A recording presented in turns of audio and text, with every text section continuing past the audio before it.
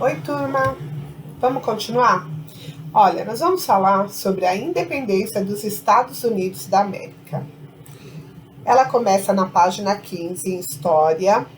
Os Estados Unidos, eles conquistaram, durante o século XX, o perfil de potência econômica e de liderança política que se mantém no século XXI.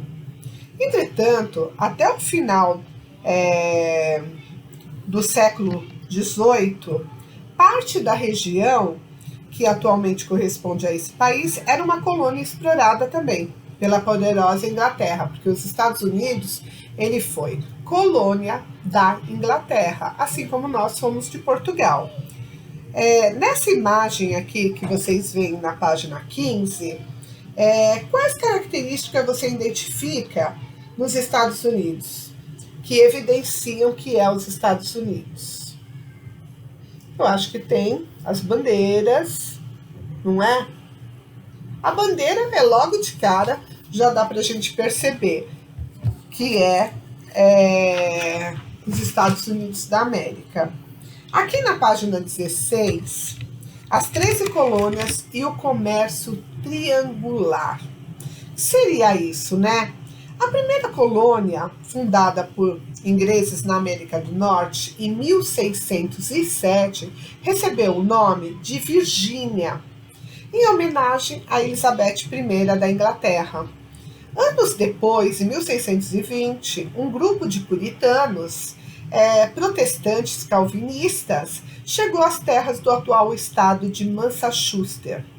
Os integrantes desse grupo, que cruzaram o Oceano Atlântico a bordo de um navio Mayflower, ficaram conhecidos na história estadunidense como peregrinos. As condições precárias da viagem e o clima frio da região dificultaram os primeiros meses dos recém-chegados, levando à morte muitos peregrinos. Contudo, eles acabaram se adaptando. Então, aqui, olha, mostra a embarcação como se ela estivesse chegando, e aqui os peregrinos fazendo amizade na sua chegada. Eles realizavam uma comemoração em agradecimento pela conquista de melhores condições de vida. Essa festa foi chamada Ação de Graças. Eu não sei falar o nome em inglês, mas a gente sabe que é Ação de Graças, que até hoje nos Estados Unidos ela é comemorada. E passou a ser comemorada anualmente no mês de novembro. Então, o mês de novembro, a Ação de Graças, é um momento que eles reúnem a família, mata o peru, porque ela é consagrada com peru, como se fosse a nossa de Natal, e aí eles se reúnem para fazer essa comemoração. Para eles é muito importante esse período de ação de graças. Os colonos utilizaram sua primeira colheita de milho, já que a plantação de trigo europeu tinha falhado, e convidaram para a festa o chefe Massasoit da tribo Wampanoag, que os havia auxiliado desde a sua chegada. O cardápio foi reforçado com uma ave nativa, o peru, e tortas de abóbora. Por isso, o dia de ação de graças, quer dizer, eles convidaram o chefe que tinha apoiado eles na chegada e comemoraram juntos. E até hoje se comemora em família e com amigos. Os ingleses que partiam para a América tinham seus motivos para realizar essas mudanças. Além das perseguições religiosas decorrentes dos conflitos que aconteceram na Inglaterra entre os séculos XVI e XVII, os cercamentos de terra. Lembra dos cercamentos de terra que eu já havia comentado com vocês? Que era onde as pessoas tinham as suas propriedades, e aí eles levavam a cerca um pouquinho mais para lá, aumentando a sua propriedade e diminuindo a dos outros.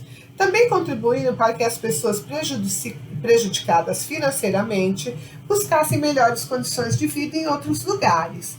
Basta lembrar que, depois do início desses cercamentos, muitas famílias de pequenos camponeses foram expulsas de suas terras, não tendo para onde ir. Olha só, Esses cercamentos realmente, os grandes, que já eram grandes agricultores, eles foram afastando a sua cerca, e essa cerca fez com que tomasse a propriedade dos outros, além de cercarem propriedades que nem eram deles e que passaram a ser. Aí as pessoas que ficaram sem essas propriedades, o que eles tiveram que fazer? Eles tiveram que se mudar. Não tinha mais o que se fazer ali. E aí eles viam nas colônias inglesas na América um jeito deles começarem sua vida novamente com a sua família e começar um novo projeto, né, com agricultura e tudo mais. Quer dizer, eles queriam prosperar. E aí eles partiam para essas novas colônias. Até o início do século XVIII, foram fundadas mais de 11 colônias, somando 13 colônias inglesas na América, voltadas para o Oceano Atlântico. Uma vez instaladas no norte do continente americano, as 13 colônias fundadas, elas são diferenciadas entre si, tanto na forma de organização econômica, quanto a maneira como ocorreu o controle político pela metrópole. Então, olha, nessa página 17, vocês têm as colônias citadas aqui no texto abaixo. Ok? Dá uma olhadinha no mapa, ó. A colônia de Massachusetts, Nova York, Pensilvânia, Virgínia e assim por diante. Ok? Na página 17, 18, né, que a gente passa para 18, tem as colônias. Essas colônias, elas foram divididas em duas: as colônias do norte e as colônias do sul. E elas tinham um pensamento bem diferente uma da outra. Vamos ver? As colônias do norte, elas se caracterizavam pela formação de pequenas propriedades. O número de pessoas escravizadas era bastante reduzido. Os colonos trabalhavam na terra apenas com a ajuda dos familiares, ou, no máximo, com o auxílio de servos de contrato. O clima da região se assemelhava ao da Inglaterra, o que possibilitou o desenvolvimento da produção dos mesmos gêneros agrícolas, que era o trigo, a cevada, a aveia. Então, era esse o tipo de agricultura que eles faziam. O que eram os servos de contrato? Eram pessoas que tinham sido expulsas do campo com o início do cercamento e acabaram, por não conseguirem trabalho na cidade, muitas assinaram contrato para viajar para a América. Os custos da viagem eram pagos pelo trabalho em propriedades nas colônias. Então, esses eram servos de contrato. O fato nas colônias, de as colônias do norte não oferecerem atrativos econômicos, fez a Inglaterra se desinteressar por elas por um longo tempo, porque a Inglaterra, lembre-se, que era a metrópole dessas colônias, o que permitiu que a região ficasse livre das interferências políticas e das pressões econômicas exercidas pela metrópole. Essa situação tornou-se conhecida como negligência salutar, ou seja, os colonos da região norte, desfrutando de certa independência, cultivavam um sentido de liberdade e, consequentemente, uma crescente consciência democrática. Como não tinha interferência nenhuma da Inglaterra por muito tempo, é como se eles tivessem começado uma sociedade nova, com os conhecimentos que eles já tinham, mas ali eles tinham uma autonomia nessa agricultura, ok? Vamos ver a colônia do sul, como é que era? As colônias do sul, em virtude de seu clima quente, desenvolveram a agricultura de grandes plantações, com monocultura. Então, eles plantavam um tipo de produto. Os produtos tropicais que eles utilizavam eram o tabaco, algodão e arroz, destinados à exportação, não era nem para subsídios deles mesmos. O trabalho agrícola típico da região tinha como base a exploração de mão de obra escrava. Então, eles aderiram à escravidão. Em razão dos interesses econômicos, a dominação inglesa foi mais ostensiva. Por quê? Porque ela viu na colônia do Sul um potencial de ganhos econômicos. Então, ela interferia muito mais nas colônias do Sul do que a do Norte. O tabaco foi o produto de maior destaque nas plantações sulinas durante os primeiros anos da colonização inglesa na América.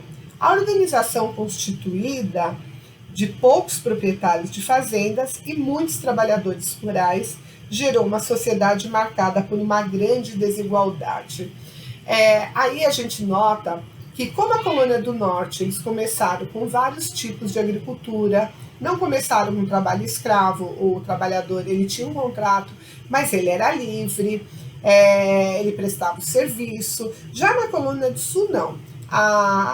Eles fizeram uma grande extensão de produção, mas de um único produto, que era o tabaco, que era o mais considerado ali para exportação, através do trabalho escravo. Então gerou aquilo que a gente sabe, grandes proprietários, pequenos proprietários e a desigualdade social que acontece quando não tem uma sociedade mais igualitária que nem era do Norte, ok?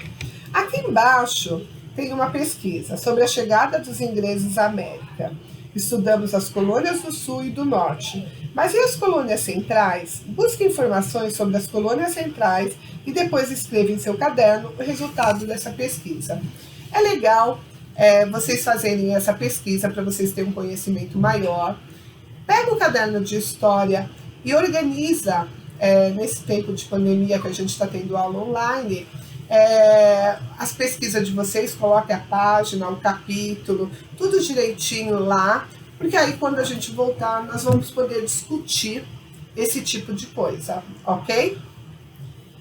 Na página 19, começa o comércio triangular. O que seria o comércio triangular? Vamos ver?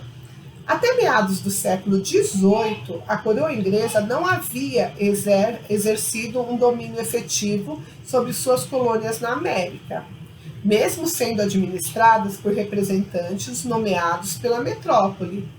Existia uma certa autonomia política e econômica nas 13 colônias, porque a Inglaterra não dava tanta importância assim. Assim, as colônias acabaram desenvolvendo uma organização própria, na qual a população escolhia seus representantes para os cargos públicos. Em assembleias, os colonos tomavam decisões políticas e estabeleciam regras para solucionar as questões mais urgentes. Em cada colônia existia um governador, escolhido pela coroa inglesa. Porém, o poder das assembleias era efetivamente maior. Em decorrência dessas liberdades, os colonos ingleses na América do Norte não se sentiam cerceados pela Inglaterra e passaram a desenvolver, no decorrer dos anos, um comércio interno. Chegaram a comercializar também em outras localidades. Os colonos do Norte implementaram um sistema manufatureiro, eficiente e lucrativo, o qual atendia não apenas à sua região, mas ao Sul também. Além do mercado interno, organizaram o chamado comércio triangular, para o qual usavam navios que ligavam as colônias inglesas da América do Norte e a região de Antilhas e a África. Então, o comércio triangular era o comércio entre Antilhas, África e América do Norte. Lembre-se que aqui o Norte, novamente, lembra que eu falei? Era de pouca... Eles acabaram desenvolvendo politicamente e economicamente muito mais liberdade, porque a Inglaterra não ficava de olho neles. Ela queria... Eles achavam, a Inglaterra achava que ali a produção era pequena e não dava muito lucro. Então, eles não interferiam. Aqui na página 19, vocês têm um mapa do comércio triangular. É esse aqui, dá uma observada nele, que mostra exatamente a rota de como eles faziam esse comércio. E aqui embaixo está falando do comércio triangular, que negociavam pescados, madeira e alguns produtos manufaturados também nas colônias para Antilhas. Também eles trocavam por cana-de-açúcar. E os escravizados iam trabalhar nas colônias inglesas, na América, principalmente nas plantações do Sul. Na próxima aula, a gente continua na página 20, ok? Tchau!